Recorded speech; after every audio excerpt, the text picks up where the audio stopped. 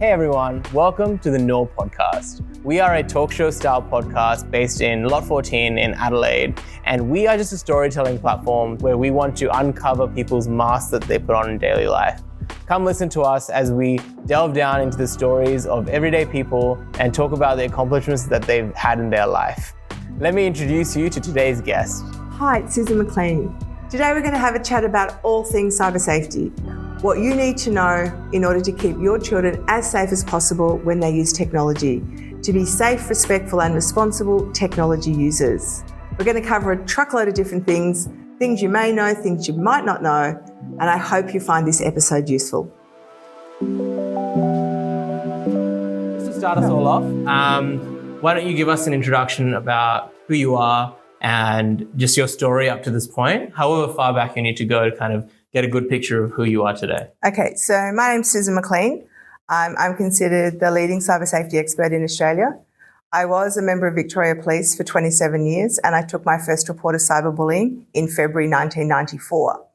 So in February 1994, I had no idea about the internet. I didn't own a mobile phone.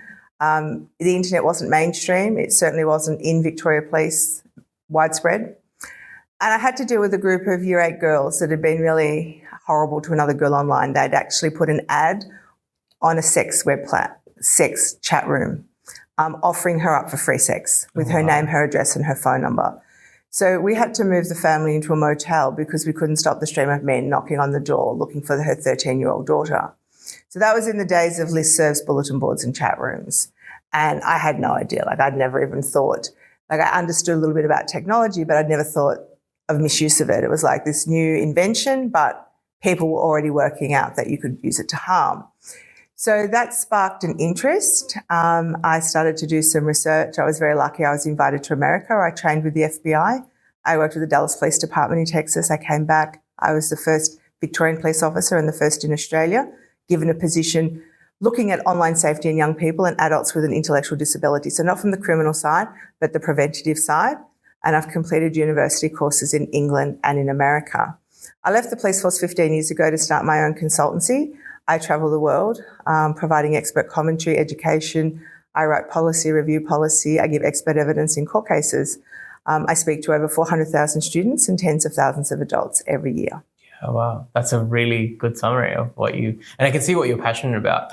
Maybe a good place to start is, what is cybersecurity and what is cyber safety? How do you find that? Yeah, and look, the words now are very interchangeable. I don't think they are, but if you see them reported in the media, it's 61 half dozen another. To me, they are very different. Cybersecurity is around the tech side of things. So it's how a platform works. It's the protections you can put in place. It's the back-end systems, of which I have no idea. That is not my level of expertise or area of expertise. Then we talk about cyber safety, and that's the human side. And that's how it's used, the risk, the danger, knowing about this, how to best protect yourself. So I see them as quite different things. I see. And so how has this kind of landscape of cyber safety kind of evolved from the time that when you started, you said in that first case to now? Well, obviously technology has evolved so much, but what about the people? So the safety side of it didn't exist. Right. There was nothing there protecting anyone. There was no education because it really hadn't developed. So it really was only probably in the last 20 years when social media companies became developed. They sprung on the scene. We got, I can remember before instant messaging. So, you had to send an email. So that was time delayed. It wasn't instant. You had to wait for someone to open it, read it, reply. Then we moved into instant messaging programs like MSN or AOL Messenger. And then, of course, it's just exploded. So the risks have been there all along. A lot of the increase in danger and harm is maths, it's no more than maths. So more people, more apps, more platforms, more devices equals more. But we also know that there are more avenues for harm now. And the biggest group, the largest vulnerable population group are children. Yeah, I see that. And so that's how you define. And so when you say, I'm trying to define the problem here, and the problem here is that there are children, and I guess even looking back at my own high school experience or primary school experience, that wasn't a avenue of education that was given to me of how to be safe on the web and on the internet. No, so in the early days of internet use in schools, It was all about how did you do something on the computer? So how did you generate a poster, or how did you put a Word document together? And then we got, Excel spreadsheets, and it was all about how to do stuff online. How did it work? It was never about, well, if you're here, you're actually, you've opened your door, everyone on the internet can come into your house. So that has evolved over time. When I did my research for Victoria Police in 2007, it was very clear that we had issues. We were not addressing them. Police mainstream are not educated. And there was going to be a huge deficit in between what was happening and how we could deal with it. And even still to this day, we're not doing it very well when we're talking about law enforcement, because they're not educated, they're not up to speed, and most of them don't know what they're doing. And I say that respectfully. I was a police officer, but I know what my research showed that many years ago, and I know nothing has changed, because I deal with people every single week that have tried to report crimes to police and have been fobbed off. And it's not the sex crimes detectives, it's not the jacket teams, it's not those people, because they know what they're doing. But Mr. and Mrs. Citizen that need to report something, they can't get to those people. They have to rely on a police officer at the counter of their local police station. And across Australia, those people are woefully untrained. Yeah. And how is that problem being addressed? Well, you tell me and we'll both know. Yeah. It's not. It's not. And that's a short answer. Now, I accept there are a lot of competing factors in a police officer's life. But I also know that recently I attended a graduation in Victoria of a police officer that graduated.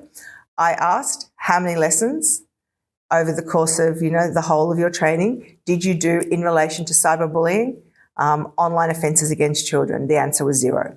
Yeah, wow. So if it's not even being addressed at the recruit level, then we've got no hope. Because what people must understand is technology is a key component in many crimes. So it is in all the child crimes, child sexual abuse, the grooming, sexual exploitation and sexual blackmail, so sextortion, cyberbullying. It's used in domestic violence. It's used to stalk people. It's used when the burglar breaks into your house to sell the goods. Like, it is across all crime types, yet we're still not there. I find that really surprising. I mean, even me looking back and at 10 years ago about the level of exploitation that was available to you on the internet. And I always had the impression that, there was really smart people in the police force that... There are very smart people in the police force, and there are teams that do this. Yeah. But they work at a very high level. Yeah. So you're not going to get to them if you've got a problem with your child at the local high school. You have to rely on the person at the counter. Yeah, right. And they're not well trained. It's not their fault. Yeah. They can't dictate what training they get. Yeah. But I find it really sad that the police hierarchy still have not addressed this issue, because it was clear in 2007 and it's still happening today. And so if you can't rely, I'm saying this respectfully, if you can't rely on the police in that scenario as a parent, what can a parent do for their child to help them be more? Yeah, so this is the thing. Not all behaviours online are going to end up at the police station, of course. If they're criminal and they're serious and they can't be resolved, of course, you're meant to go to the police, because it's a crime and that's what their job is, to investigate crimes. Often the police will say, who's on the other end? Like, who's the offender? And when the child says, or the parent goes, oh, we don't know, it's like, well, come back when you know who it is. Well, that's not a victim's job. That's the police officer's job. And it's actually not hard to do, because, again, it's about knowing what to do and how to investigate. And if you know how to do that, there's an indelible trace left behind. Like, you've left a trace there, the offender. So you can't erase that. But it's getting that core level of basic knowledge through to frontline police that I think is also very important. But what we need to do is, even if we do arrest the bad people, which is really good, and I still like to be involved in arresting bad people, the harm still occurred. So police can't arrest someone on suspicion that sometime in the future they commit a crime. They have to wait till the crime's occurred. And if the victim of that crime is a child, well, that's pretty awful. So that's what drives me to educate. So if we educate to prevent, and we can stop young people becoming victims of crime, we will reduce offending. Not really fussed about that, but we are going to make sure that children are not harmed. And that's what we need to be focusing on. Yeah. And from your experience of what you've seen of how these offenders get to the children, what are some of the most common ways that they end up falling for things like this? And so there's a couple of differences. So if we talk about if a child is going to be cyberbullied, we know mostly that is someone that they know. Right? That's how bullying works. So we know you're not going to bully, Billy on the internet that lives on the other side of the world. That's pointless. You don't get to see the benefit of your bullying because you don't know this person. So that's how that crime type tends to occur. When we talk about online grooming and child sexual abuse, it is the opposite to grooming in real life, where we know that most of those offenders are someone known to the child, because they've got to be known to the child to get access to the child to groom them and assault them. On the internet, it's the opposite. The majority of these offenders are not known to the child. So it is opportunistic offending. The offender puts the net out, drags it in, and whatever kid is caught up in that net, then they'll work on. So they try to find their victims. So they'll find them in computer games, in chat rooms, on social media platforms. They know where to go to find a likely victim. And kids are inherently trusting. And as much as 99% of children do not talk to strangers in the real world, they do on the internet. They see it as safe. They call them their online friends. They're not your friend at all. They're a random stranger. Why would you call them a friend? But of course, once you've told your brain someone is a friend, you are going to behave very differently than if you're telling someone they're a stranger, and I just need to be careful. So, that all adds into the risk profile of using technology. And offenders are very good at what they do. They know who to target. They know what to say. They work to a script. They have a playbook. They share tips and tricks. They know, the most popular song, the most popular YouTuber. They know all these facts so that they can engage with their potential victim. And if we look at grooming as a whole, and there's three main types of grooming we see online. There is grooming for sexual abuse, which is the most common. We are now seeing grooming for terrorism. So we're seeing that it's been bubbling along, where probably the last one was the young guy that stabbed the priest in Sydney. Yes. And he'd been radicalised online. So really? That is a form of grooming. And then there is something else that is called hurtcore. So that is extremely violent and explicit sexual acts, including violence. So there's grooming for that as well. But regardless of what the aim of the offender is, there's four commonalities. There's four things that are always going to happen. One, I've got to identify my victim. I've got to find my victim. So victim identification is one. Two, I've got to build a relationship with that person. Because if we have no relationship, you're not going to do what I want you to do. Right? So I've got to do that. I'm going to start to isolate you from your friends and from your family. And I want to become the most important person in your life. I want to get you to think that, I'm the ants pants, you can't do without me. And while I'm doing that, I'm going to gradually increase the content, escalate the content, so that it'll become more sexual, more violent, more extreme. And that's across all forms of bullying. Those same four things are always going to happen. Yeah, well, it's intrinsically there's always going to be a vulnerability with children because they're innocent, they don't know. And they're trusting. Exactly. And it's so painful to see that they're taking advantage of it that way. I mean, I'm sure people in the audience and so many of us, including myself, know young children around us.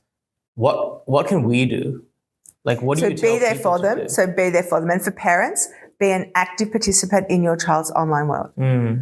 First of all, if your child's in primary school, they don't need a phone. It does my head in. Kids in grade 2 with an iPhone, no, don't need it. When you give a smartphone or a digital device to your child, you're giving your child to the world and the world to your child. You're not going to let your kid wander down Rundle Mall at 2 a.m. unsupervised and hope for the best. Internet's far more dangerous than Rundle Mall will ever be. So you've got to be there with them. And where they are needs to be age and developmentally appropriate. So you don't let your 8-year-old play an R-rated video game. You don't let your 10-year-old sign up for social media by lying. So it's basic safety rules. It's about being a parent. A lot of parents really try to be their child's best friend, and kids don't need a 40-year-old best friend, right? They need a parent to help them with rules and boundaries, which they're going to push because that's what kids do. But you've got to be there with them. If they're on the platform, you've got to be there. If they play a game, you've got to be there. Keep talking to them. Use the media as a discussion starter. So you read something in the paper about that stabbing in Sydney. Now, depending on the age of your child, you can use that. It's like, hey, I read this today. Have you ever seen anything like this on the internet? Has anyone approached you? You can always use these key things which are happening in our society as a good way to start discussions with your children. And obviously age and developmentally appropriate. But what I often find with parents is they don't want to talk about the bad stuff because it's scary. And it is scary. But what is even more scary is if it happens to your kid and they didn't know. So we can't just wish away the bad stuff or hope it away. We've got to educate. We've got to be able to talk about it, know what it is, where it happens, and what to do. Yeah, I guess if you are a parent, if you don't explicitly say something to your child, they just won't do it. No. So if I never told my child to tell me if someone says something unusual, if I didn't tell them that, they wouldn't. And but they're not going to know it's unusual. Like they don't know. Yeah. And it's the same when I talk about grooming with kids. Often I'll have children say to me, no one has ever used that term before. I didn't know what it was. So if you don't know what it is, you can't identify it. So it could be happening to you and you're not even going to know what it is. Now, it'll probably be a bit weird and it might creep you out and make you feel uncomfortable, but you still don't know what it is. So we've got to be able to go across all these eventualities, starting as young as possible, and we need to keep going. It's not just done the cyber safety talk, tick the box. Community support is vital. The more people in your community, be that a school community, a religious community, a particular group of people that come together, the more of you that are educated, the better you will all do. And for me, every adult has a responsibility to keep all children safe online. There's strength in numbers. So 2 becomes 4, becomes 8, becomes 16. Yeah. And that's what we have to do. We're all in this together. Parenting is a tough gig. It's tougher now because of the internet. The risks and the dangers our children face are vastly different to what they ever used to. But we have to be aware. We can't just go, oh, yeah, it's the internet, or I don't get it, or I'm old, or things like that. That's gone. It's here to stay, and we need to get our head around it to support our young people. A lot of the things that you said about advice to parents, to me, I'm oblivious. I'm not a parent, but to any adult, any reasonable adult, it all seems very obvious. And sensible and basic. Like, it's not tricky. Exactly. So why do you think so many parents don't do those things? Like giving a phone to someone in year 2, for example. Because they don't want to upset their child. They don't, and everyone else is doing it. Well, no, they're not. And I tell you now, the very worst reason you can say yes to your child is because another parent said yes first. That is not a valid reason. And if and I deal with these parents all the time, they've said yes to their child, they know they shouldn't, but don't want to upset my kid, then it turns to a mess. You will never forgive yourself. You will be what I call a parent with regrets. And you won't forgive yourself because you may have been able to avoid it. And that's what we have to work on. You cannot make the internet 100% safe. You cannot, in any area of your life, protect your child 100%. That's impossible. But you take steps to reduce the likelihood of harm. So when they're walking to school, so for example, they could be run over. That's a fact. So what do we do to make sure that that doesn't happen? Well, we walk on the footpath, we cross with the lollipop person, but you know what? Sometimes cars go on the footpath, So best laid plans can go astray, but it doesn't mean we don't try. So it's the same on the internet. Bad things can happen, but we've got to work to reduce that, so to make the risk as low as possible. The one thing that does my head in more than anything else is when parents help their children lie to set up social media platforms when they're not 13. Wow. Right. And on average, it's 80% of every class of grade 5 and 6s, 80%. I was at a school recently where 100% of grade 6 girls had lied to set up a social media account, 100%. Now, that's not okay in any way, shape or form. And I don't expect those girls to truly know the risk they're putting themselves in. But I expect a parent to know, and I expect a parent to understand honesty. All right? If we don't follow the rules, it's not going to end well. And even if we follow the rules, there could be a problem. But I always use the analogy, if I'm dealing with an 18-year-old with a driver's license that crashes the car, I've got to deal with it. I should never deal with a 12-year-old that crashes the car because they shouldn't be driving. That's right. So if you are not somewhere you shouldn't be, you are less likely to have a problem. Yeah, you say this and I look back and I think I lied when I was 13 to set up a Facebook account. Yes, you did. I mean, of course, I didn't know the risks at the time. So. No, you just want to be there. And that's the thing. But I would suggest the risks are actually well known today. Yes. You cannot pick up a newspaper or listen to the media without an article about a child sex offender, for example, or cyberbullying, or sextortion, or the fact that a young person has suicided because of.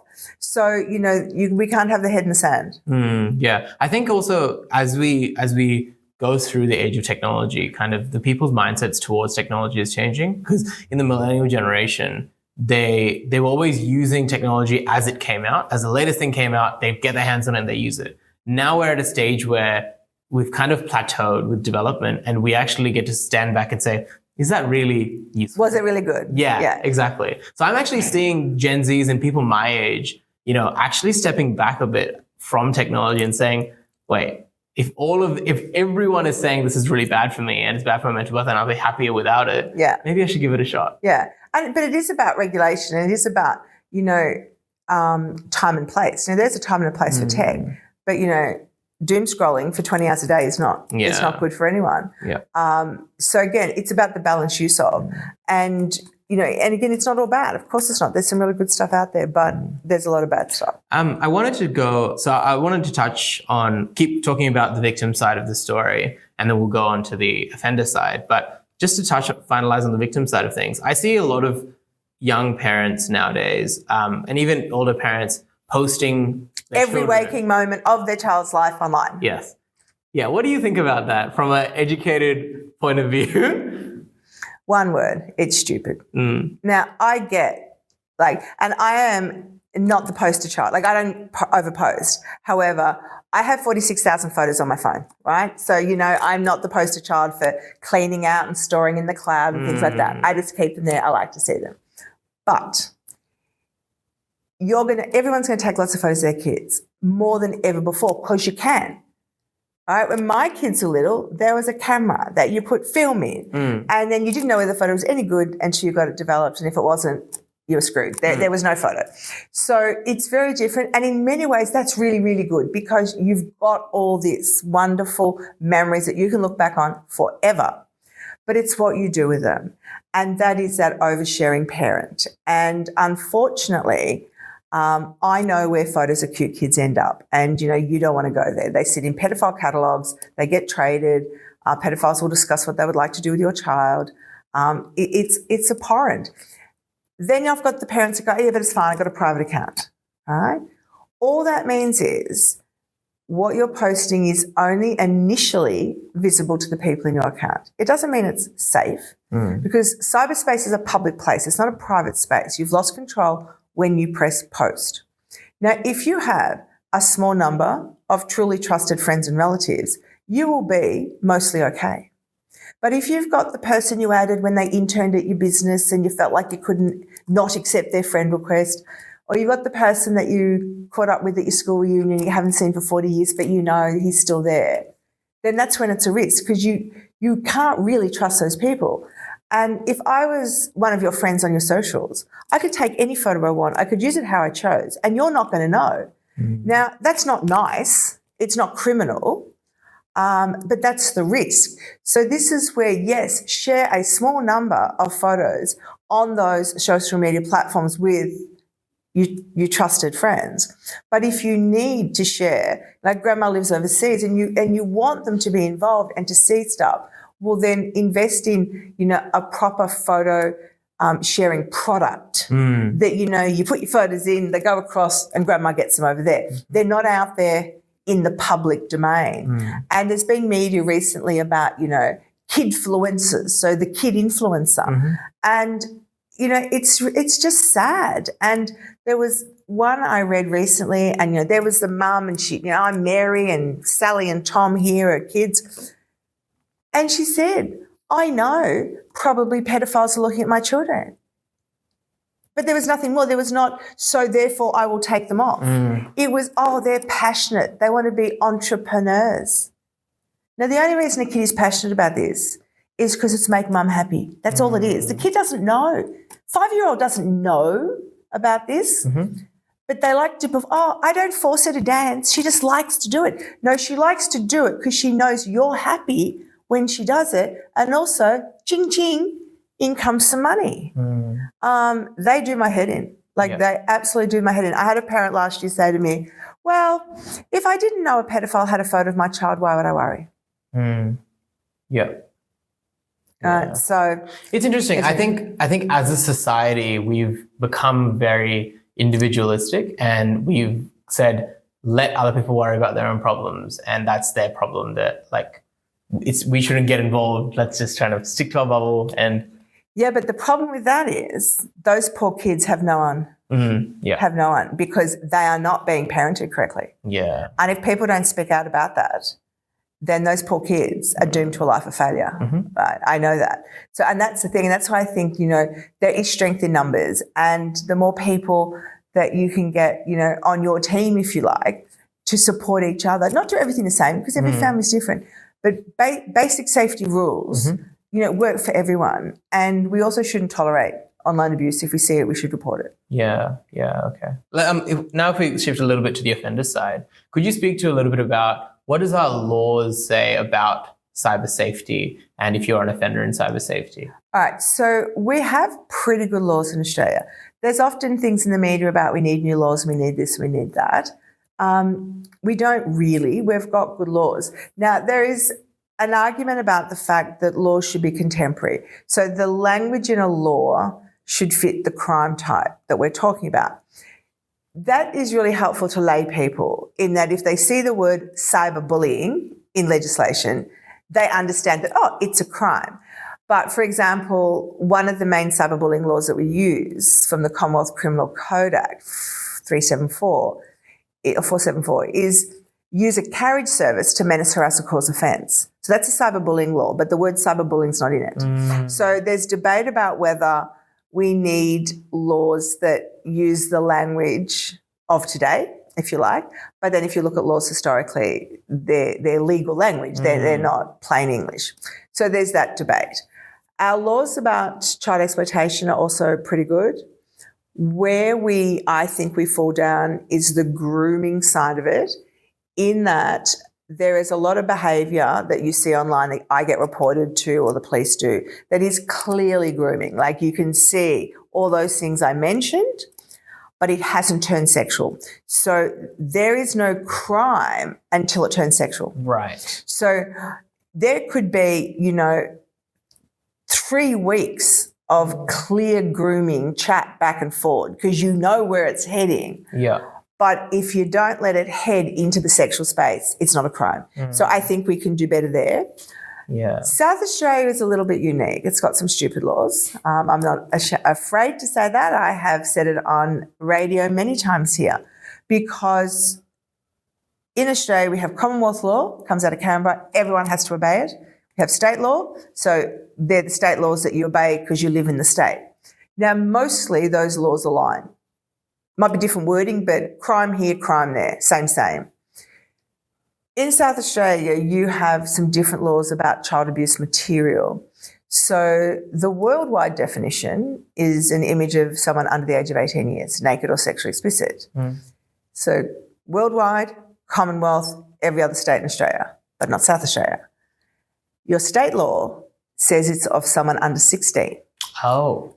So then you look at, if the image is someone that is 17, is it a crime or is it not? So it's not a crime under state law, but it is a crime under Commonwealth law. Now, compounding the issue again is that every police force, state police force, is authorised to use Commonwealth law. So when I was a Victorian police officer, you would often charge someone under state law and under Commonwealth law, or either or. So you could always do both. There is, I believe, a directive in South Australia for police here not to use Commonwealth law. I do not know why. No one can tell me why. I know it happens because police officers feed it back to me, and so do other people. So again, now you've got an issue here where something is a crime everywhere else. We're still dealing with a child. Right? Kids are not adults at 16. Anywhere in the world, it's 18.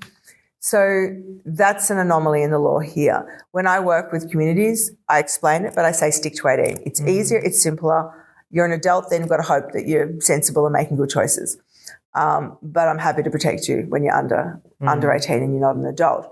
So we have child abuse laws. We've obviously got sexual assault laws. Cyberbullying is a crime. Again, tricky here in South Australia because your state laws are lacking, relying on Commonwealth law that you're technically not allowed to use. Right. So in that regard, I think you could do better here. But our laws surrounding AI, for example, we're not scrambling like some of the other countries.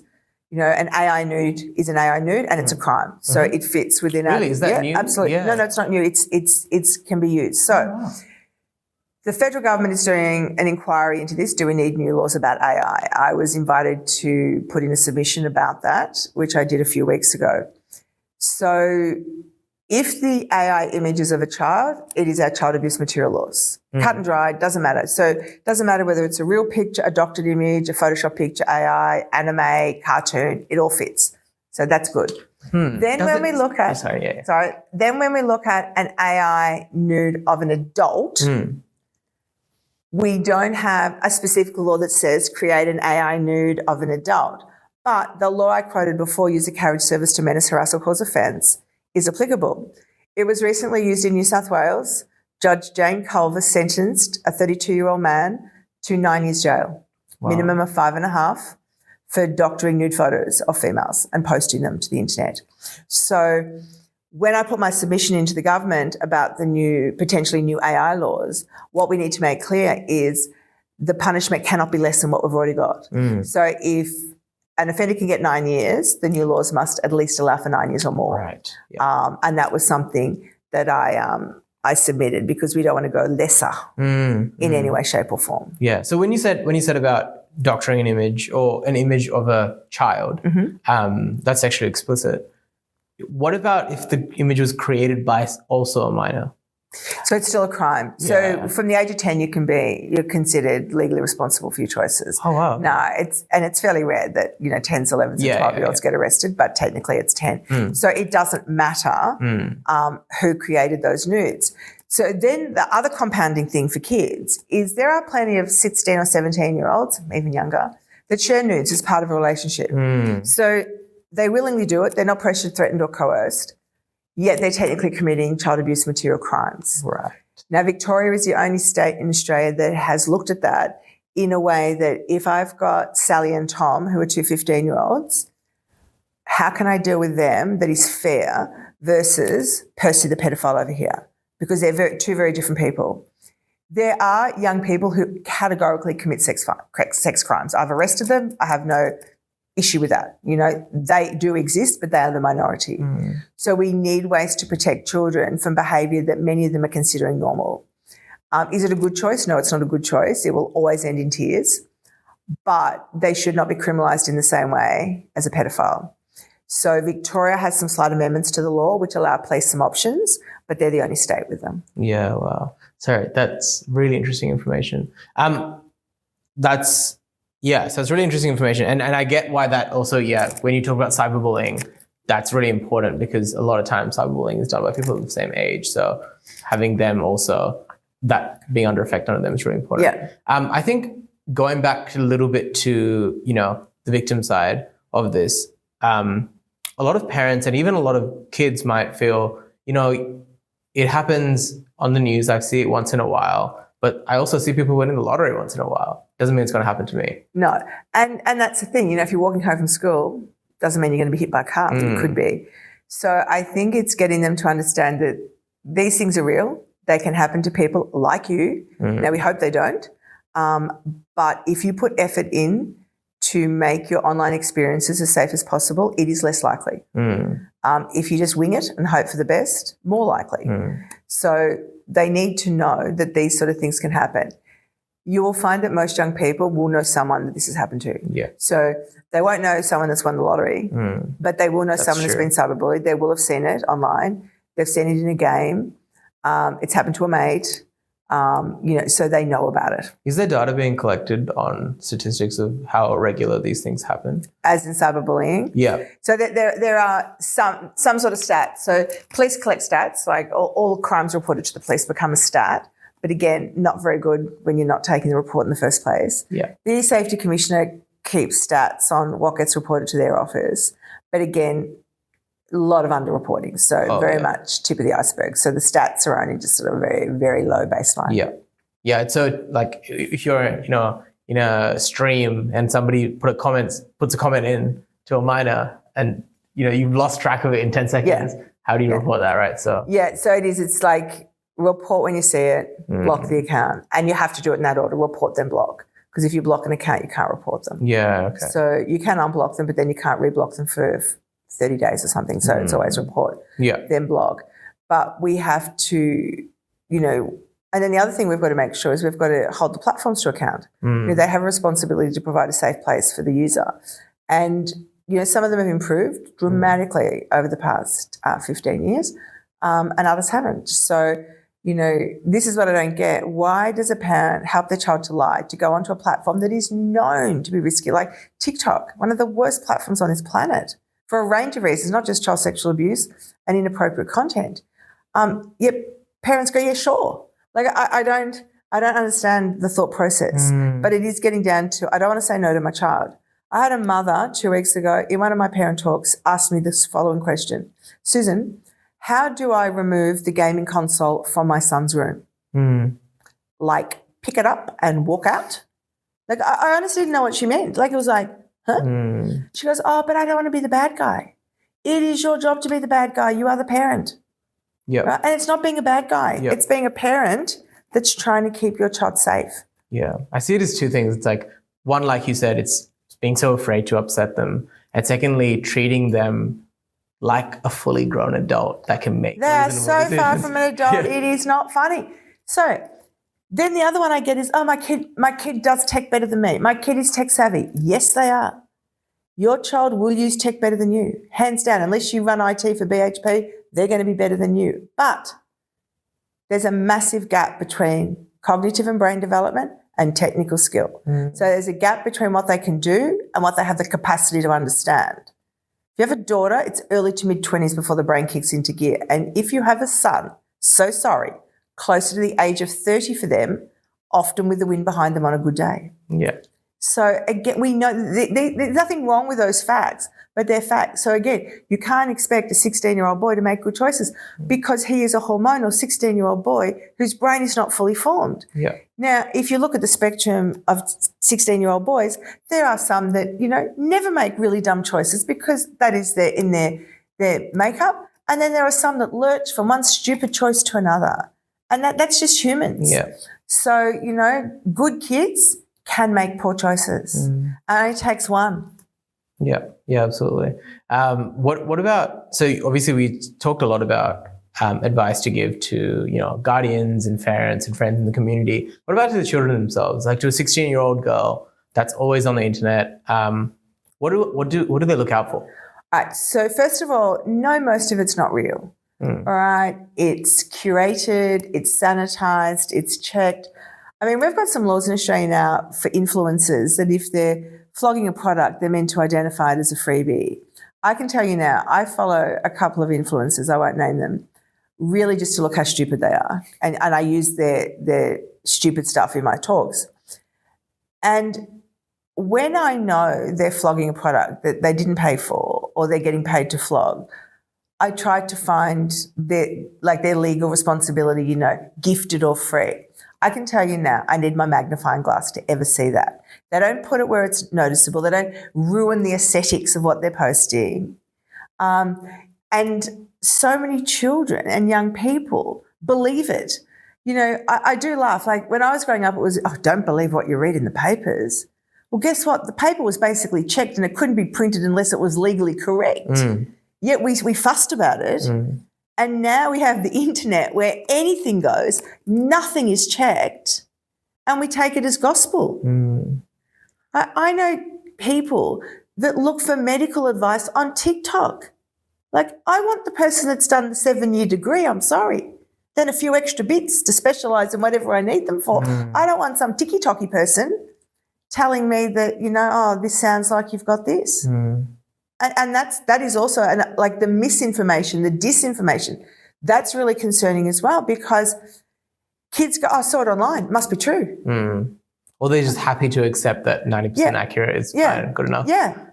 Without knowing that, or that they quote Wikipedia in a school project. They don't even know what Wikipedia is. They don't realise that anyone can go into it and add something to it as they see fit. Yeah. Like Pedia, encyclopedia, it must be okay. They don't understand it. Yeah. So, we've got a lot to do about, digital literacy, being discerning. Yes, the internet is fabulous and you'll get answers to questions that you probably never could pre the internet. Not a hope that you would ever have known this stuff, but we've got to check the sources. Yeah. So that's really important. And from so that's good about the victim side. About the people that actually do end up committing these crimes, why, and you said the laws was good and it's there. Why is there still so many cases? Because it's like playing whack-a-mole, and there is just so much of these crime types that the police will never get ahead. I mean, they don't catch every burglar out there, and there's far less of them than there are of online child sex offenders. So it's not for want of trying when we're talking about that sort of crime.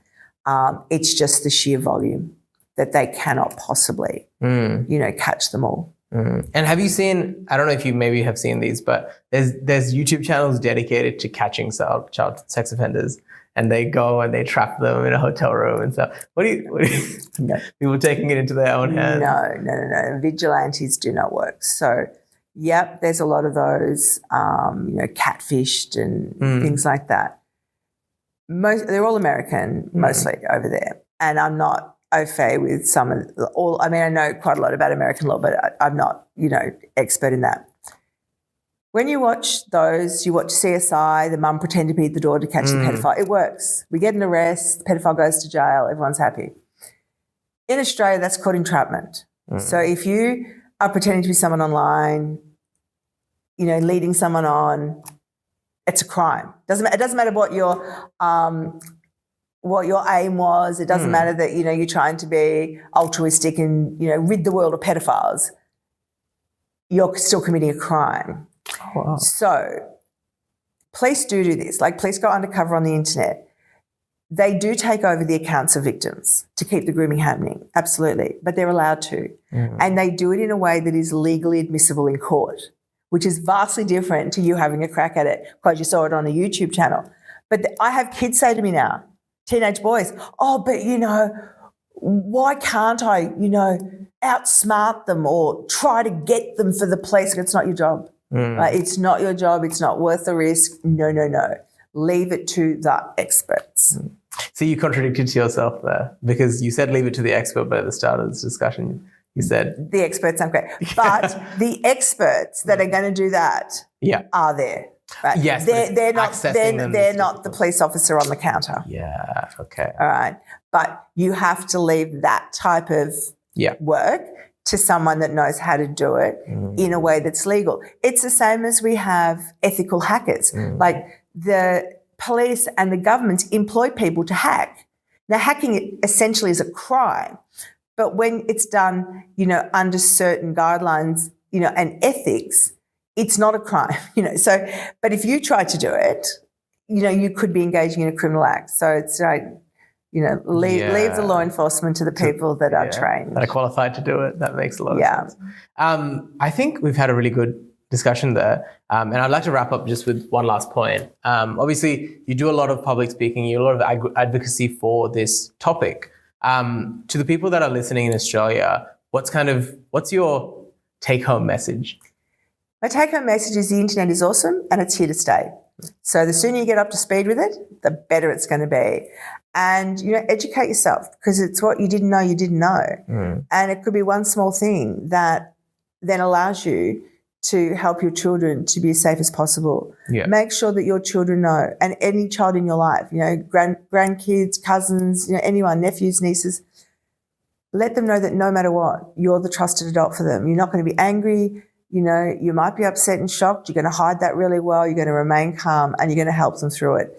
Because we know the biggest barrier for young people getting help is their reluctance to ask for it. So we have to keep encouraging children to be brave and to tell. Yeah, amazing. Well, thank you so much, Susan, for coming on the podcast. Thank you for having me. You explained things really well, and I think it's a great way to finish off our season. And I hope people really listen and take home that message. And it's so important in this world, and especially in that, we're just about to cross another hill and go into the world of AI. Yeah, and that's going to be, the AI stuff's really concerning. But, people can follow me on Facebook. They can visit my website. They can purchase my book. There's always things that you can do to get more information. Yeah, amazing. We'll leave all that in the description as well. So awesome. Thank you again. Thank you. Amazing.